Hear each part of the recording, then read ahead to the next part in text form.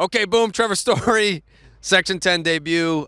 First time in quite some time because I had the chance to interview you in Colorado, 2019, I believe it was. We went through like half the roster. I'm pretty sure I got like 9 different players that trip. But I remember asking you about like, hey, do you even realize that you have more home runs than Aaron Judge at the time? And for right now, I feel like Red Sox fans are looking at Trevor Story as the defensive savior of the infield, and you're looked at more as a predominantly defensive guy. But that's not the case. Like, do you look at that more as a compliment that everyone sees the strength of my defense, or do you look at it as people are sleeping on my offense?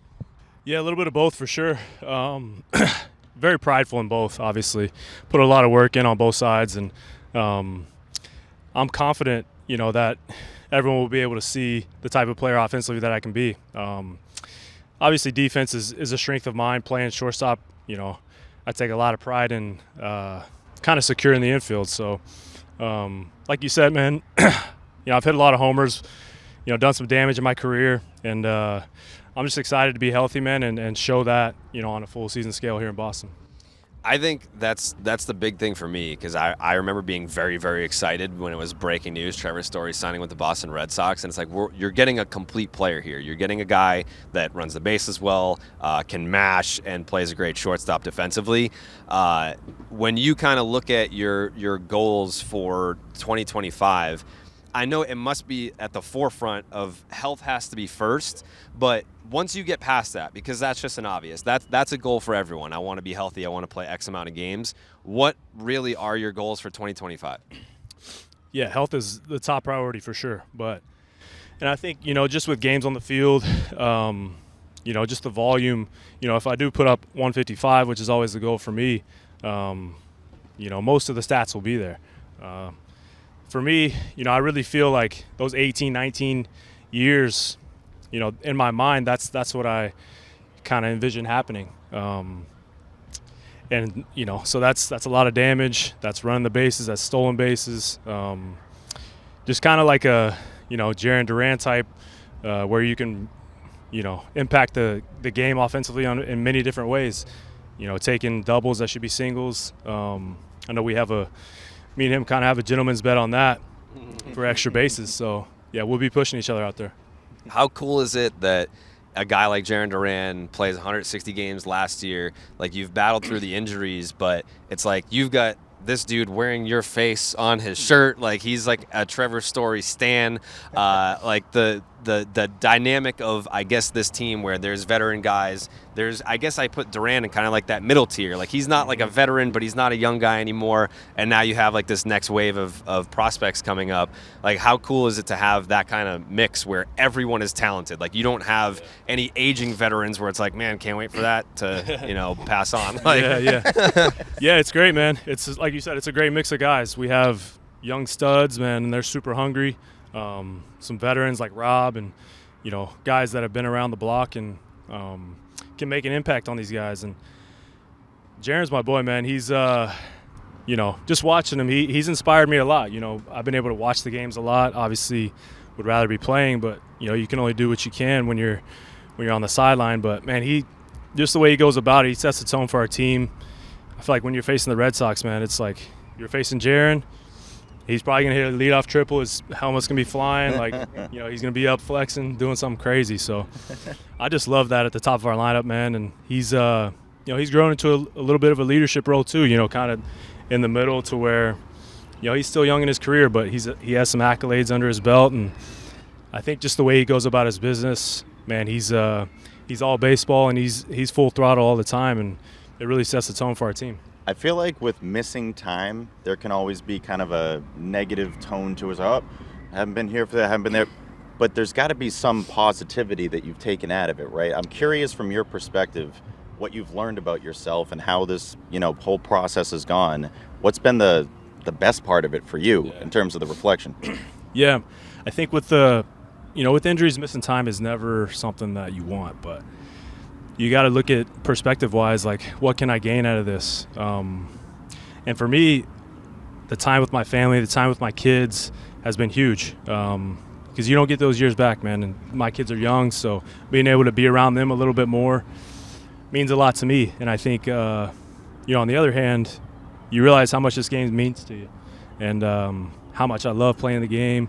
When it gets stripped from you, 2 or 3 years in a row, it's like, damn, man, like you just realize the love that you have for the game and the passion that still burns pretty hot for me. So I'm every time I put on this uniform, man, every time I walk here into Fenway, put on that jersey, it's something that I don't take for granted, because obviously it's the jersey's been taken from me the last couple of years. Yeah. What kind of perspective did you gain last year? Because it seemed like obviously you were out, but you were still around everywhere. And every time they'd cut to Cora, there you were. It seemed like you were. Yeah, you had your own seat. So, like, what kind of perspective did you gain? Not, like, introspective or anything like that, but just watching the guys. Where you're like, oh, if I were playing short, I wouldn't have noticed Willier has takes routes like this, or I wouldn't have noticed Duran does this. Right. Yeah. When you watch on the TV, you definitely get a different perspective. Just get to appreciate the guy's game a little bit more. Because when you're in it, you're kind of locked in on your process, what you need to do that day to be the best. And I get to watch from a fan standpoint for the last 2 years, really. And, man, I find myself at home and I'm, like, yelling at the TV, yelling at people for chasing. And I'm like, well, damn, bro. Same. I do the same thing, So We're all doing it. Well, yeah, no, it's more of a fan-like, vision that I've taken over the last couple of years. And it just gives me more passion, man, more like, I just feel like I'm a diehard. I love this organization. I love the people here, and get to appreciate the guys' game. And we got some studs, man. I think that's the final thing to say on that. How is the bromance with Breggy developing? I know it's early in the process, but he's an easy guy to get along with. Because it's hard to say. Like, is it a combo of middle infielders? Are you sharing the same side of the infield? But either way, like, do you kind of feel more confident in yourself knowing, hey, we're getting an addition in the infield somewhere that's going to make us better defensively? Yeah, exactly. Wherever he plays, he's going to solidify that spot. Gold Glover, he brings just kind of that comfortability to the infield. And I think the bromance is going great, man. He's we've had some history. So he was recruiting me pretty hard to Houston, back in my free agency. And, obviously I was doing the same. And I told him the difference is I got it done, Yeah. Got him here. But no, I didn't have much to do with it. But we were definitely in conversations a lot and just talking ball, man. He loves baseball. He loves to talk about how to get better, different advantages we can have. Brings a pretty unique mindset, having, played in the postseason for 8 straight years, 9, whatever. He's a winner, man, and you can't get enough of those guys in your clubhouse. How do you guys create a balance of leadership? Because I feel like, even with the injuries, the guys on the team still look to you for leadership. And now you have Bregman here. You talked about the postseason experience, and he's played with Hall of Famers, and he's been the older guy in the room and the younger guy in the room. So, like, how do you guys kind of combine for, like, your leadership skills? Yeah, I think the guys – everyone kind of has their own little niche, Breggy's, like, super baseball mind, knows how to pick up little advantages here and there. Just approach-wise, offensive, defensive, really in the weeds on how we can get better. And, you got guys like Ref who, platooning and coming off the bench, and that's not an easy thing. And he's helped our guys, like Romy, and he's been a big mentor for Jaren, just relating to those guys and how to go about your business on a 162-day basis. And then for me, I think there's a little bit of, I've been more vocal in the past few years, but a lot of it is, by example, showing up early, doing everything you got to do to be able to play that night, and just taking it one day at a time. So, yeah, everyone has their niche, and we kind of follow whoever we need that day. I feel like being the shortstop, you want to have obviously a good relationship with your first baseman. You and Tristan, I think, are different humans. I don't know how much common DNA there is, but what's that relationship like, and how often do you guys talk and just the ins and outs of the game? I mean, the common DNA that we have is that we love baseball. Yep. The dude is, like, obsessed, and so we share that. And his whole life's focus, man, is about being a baseball player, how he can do better, how he can just help the team, help the Red Sox win. And so, for some of the stuff that he does, it's a little off the wall, but that's him, man. You want him to be himself, and that's the way he's going to perform best on the field. So, love TC, man. We talk baseball all the time. So, he's. We were just talking yesterday. He's a huge target over there, which is amazing as an infielder. Big boy. So I love that. Yeah. In your years of doing story camp with the Red Sox players, that was passed on from Tulo, right? Yeah. So you doing that with the Red Sox players, who do you think year over year you've seen the most growth from, whether it be from a talent standpoint, a maturity standpoint, a baseball acumen standpoint? Who's impressed you the most year over year? Yeah, I think, we've done it twice. Vaughn, he's and TC, man, these guys are like, borderline moving to Texas to try to train at my spot, and I love that, man. They're, Vaughn is he's asking to come back, so he's hungry, and I love that, man. That's how it should be, especially as a young player. He wants to just be around us and learn, and just pick up anything that he can. So seeing the growth and the way that he's approached things, from a body standpoint, how to get ready, just those type of things from Vaughn and Hamilton as well.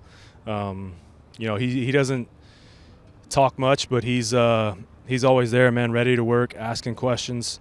So I appreciate that as an older player, and these young guys, man, that's what's impressed me the most, is that they want to get better. They're not afraid to ask questions. My biggest concern with Camp Story is it seems like you're turning the fellas into Mavericks fans, which I just can't have. I can't have it. So Tristan last year, people were furious. He picked the Mavs to sweep. I know he was joking. Most people did not. So maybe I'll talk to the NBA schedule maker so we can get Celtics Mavs going on during Camp Story. Yeah, that's my bad. I'll take the blame for that. But now, I don't know. How you feeling about the Luka trade? I was going to say, yeah, Dallas is in a frenzy right now, man, with the Luka trade, and from what I see online, everyone has kind of a free reign to pick their new team because of this trade. Yeah. You have the go ahead to change your team if you like. You don't believe in Nico. You don't see the vision. I mean, yeah, it's a tough one, man. I don't know. That's why we just want the Mavs thoughts. That's all we're really here for. Yeah. I mean, growing up, diehard Dallas fan, diehard, Cowboys fan. So that one hurt, bro. I was like, me and my trainers, we were just talking about it for like a week straight. Just like, man, I don't know about that, though. I don't know about that. Not great. We interrupt this interview with Trevor Story, Coley's best friend, to tell you about the great folks at Blue Moon. You already know. We drink Blue Moons, all different kinds of Blue Moons. I know Tyler is kind of like a funeral Blue Moon kind of guy. Celebration of life Blue Moon kind of guy. Me, I'm more of a Blue Moon Light kind of guy, because I'm watching my calories these days. I just am. I cut out soda, and I'm making some changes to the diet, and one of those changes is switching to Blue Moon Light. It's a no-brainer. 95 calories. Why not us? Mm-hmm. Why not us? Blue Moon, as you know, was born in a ballpark at the Sandlot Brewery in Denver, Colorado. So it's no wonder that you crave it. Its bold flavor, bright explosion of color, and iconic orange slice ritual guarantees a one-of-a-kind beer experience that is perfect year-round. And for the moments that you want a lighter option of your favorite beer, reach for Blue Moon Light. It's a refreshing wheat beer brewed with real tangerine peel for a lighter, exceptional taste at only 95 calories. Tyler, when opening day rolls around, we're doing that stream at Casa de Carabas. What are you reaching for? As many Blue Moons as I can possibly fit in my hands. Blue Moon Shirt's Light coming off. Yes, of course. Hey, listen. Look at the body. Yep. The body needs the light. No doubt. Undeniably correct. Inspired by the beer that you already love and available year-round, a wheat beer from Blue Moon with exceptional taste and only 95 calories. Brewed, brightly brewed with real tangerine peel. Tastes like light and refreshing. Nothing compares to the great taste of Blue Moon Light. Blue Moon made brighter. Get Blue Moon Light delivered by visiting get.bluemoonbeer.com/Jared for delivery options. That is get.bluemoonbeer.com/Jared. Blue Moon made brighter. Celebrate responsibly. Blue Moon Brewing Company, Golden, Colorado. So last year when you go down, I feel like when the season started, it's like, all right, healthy Trevor Story. It feels different from a fan perspective. It feels different when you're out there. Can you feel that too? Like when you come back, everyone's waiting for you to come back because it's like, oh, like now I have confidence in my infield defense. When you're on the sidelines, does it feel different to you where it's like, I know that I can shore this thing up? Yeah, and that's honestly been probably the toughest part about this whole thing. Not being able to help on the field, which is, as much as, you talk about leadership and you can talk about helping off the field, the best ability is availability. And, that's what I've hung my hat on, the first 6-7 years of my career. And obviously it hasn't been the case the last 2 or 3. So you can feel that, man, and it bothers me. It really does. So, we put in the work. I know I've always put in the work. So I know that, eventually this thing is going to come out the way it should. I just really feel that, it's I work too hard for it not to. There'll be a happy ending to that story. But speaking of stories, Netflix, how involved were you in this? Because based on what we've heard in the trailers and everything, it's very centered around Casas and Duran. How much involvement did you have in the show? Yeah, I mean, not much, just because of the injury, But that's an interesting story to follow. No, yeah. So I think early on I'm in it a decent bit, and then I think later, like the last couple episodes when I come back, I'm more of a part of it for sure. But yeah, I was kind of on the edge about letting him in on the full rehab of all of it, because it was sketchy, bro. It was not good at first, and some of those things you just want to keep close to the chest, and health is a thing that's very personal. So yeah, early on I'm in it for sure, and then as the comeback, there towards the end of the season, I definitely get back in there, and it'll be interesting to see. I don't know if I'll watch it right away. Probably just be locked in for the season and watch it in the off season or something. But I know TC, and he'll give a lot of great content, as you saw the first clip. Yeah, he had to be pumped when they had that. It's like, Netflix is gonna be here. He's like, all right, I'm ready to shine. Yeah, no, he's ready for it, man, and he embraced it. Yeah. It's you have a completely different perspective, but the last couple of years coming into spring training was not fired up. I think I had a little bit of, things could be fine in 2024, but ultimately had what was I off by 1 game in terms of the prediction? Yeah, it was I had 1 game over 500. This feels different to me this year. I know you as a player, you must come to camp every year thinking World Series or this team's going to be good, having the confidence and believing in your teammates. But does this season in particular feel different to you? Because for me, it feels very different. The vibes are different. I believe in the talent, the effort that was made in the offseason by the organization to make the team better and address areas of actual need. Yeah. Do you feel that way too? It does, for sure. It just the talent that we have in the room is just, skyrocketed. And we were already pretty good in that, in that regard. But anytime you had a guy like Crochet who's at the top of the line in the business, same with Bregman, along with postseason, accolades, and you Chapman, guys that are just 99%ers of the talent level. You add 4 or 5 of those guys, man. It sends a message to the fans, to us, and it was super encouraging in the offseason. It seemed like the Sox were connected to everybody, whether it was trades or, Every free year. agents. But it actually happened this time. Yeah, sure did. So Yeah. that was what, that's why I picked to come here. And that was, you think of the Red Sox, it's they're in on everybody. There's, you're adding a big dog or 2 every offseason. And that was, I was once one of those guys. So, doing that this past year, it pumped the boys up for sure. No doubt. Last one from me, unless they have anything else. I need you to update me on the sneaker collection. It's been a few years. What do we like? Are we a 4s guy, 11s? What are we stacking up these days? Yeah, 4s and 11s always. 1s, low 1s are my go-to. And I've been, my collection is big, man. So I'm very, Are you selective competitive now. with Bueller? Because he's got a ridiculous Oh, collection yeah. too. Whose is more impressive Man. in terms of quantity and? I would say his probably. He's a little more locked in than me. I'm very selective now.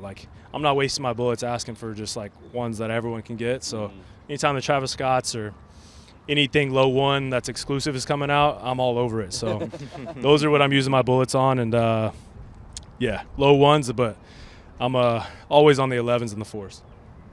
You guys got Good move. Good move.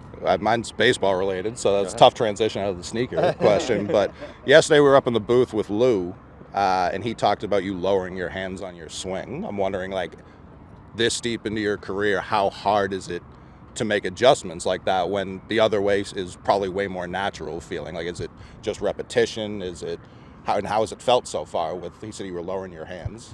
Yeah, it's not so much lowering the hands, but it's more about like. You're wrong, Lou. Yeah, no, there's details in this thing, man. Love it. To where I get like, it's the same position that I've always got to in my hitting position. I'm just kind of starting from that position as opposed to like moving into that position. So, with the pitching, and I did it at the end of the year last year, just kind of having my hands ready and not having to make an extra move to get into it helped me feel like I could fire the bat a little quicker and decide a little later if I need to. So it's all about efficiency, man, and that's what I'm chasing. And yeah, it feels really good because that's all we did in the off season. It helps when you have success there at the end of the year doing it. So. Was that important for you getting back last year? Yeah. Team, as a fan perspective, it was like, all right, they're out of it. It felt very important for you, like, hey, I don't want the next time I'm on the field to be opening day or spring training. I mean, that was huge. Mentally, like I said, there was a lot of stuff that, went into this injury and some mental hurdles that I had to get over. And I think getting back at the end, I could cross all those firsts off the list where get the first dive out of the way, get the first swing and miss, everything that, makes that left shoulder feel a little achy. I got those things out of the way. So gave me even extra confidence going into the offseason where I can build even more, get the mobility, get the strength back even more. And now it's like, it gets a little achy sometimes, but that's part of having that type of injury. And so, yeah, that was huge for me to get back there at the end. Last one I got real quick. I think we talk about the who's the leader of the team thing maybe a little too much. It fills air in the offseason, and then when the season goes on, I don't know if it's as much of a topic. You come up a lot, though, of like, well, Trevor Story's here, and he's a guy that, these players want to look up to and talk to. Do you think the need for a leader is as high as maybe we talk about or the fans talk about? And do you embrace it and feel like it's part of your role here with the team? Yeah, I think, when I was younger, I definitely looked to guys like Nolan Arenado, Chuck Nasty, DJ, Ian Desmond, and you just kind of see the way they lead and you take tidbits from how they did it. And I think I try to take something from all those guys and the way I do it. And it's something you have to embrace if you want to be good at it. Just like anything, you can't kind of half-ass it and take on the role sometimes or not. So there's definitely different ways to do it, whether it's vocal, leading by example, or just kind of going behind the scenes. There's a lot of different ways to do it. So, it makes me happy that guys look to me that way because it's something that I've embraced and, I know it can help. So I've learned a lot from those guys. I'm just trying to pass that down. We'll be rooting for you. Very easy guy to root for. It's going to be a good year. I'm very excited about it, and I feel like we waited a little bit too long to have your Section 10 debut. 10, man. We fucked up. That was on us. Trevor Story, thank you so much for taking the time. For sure.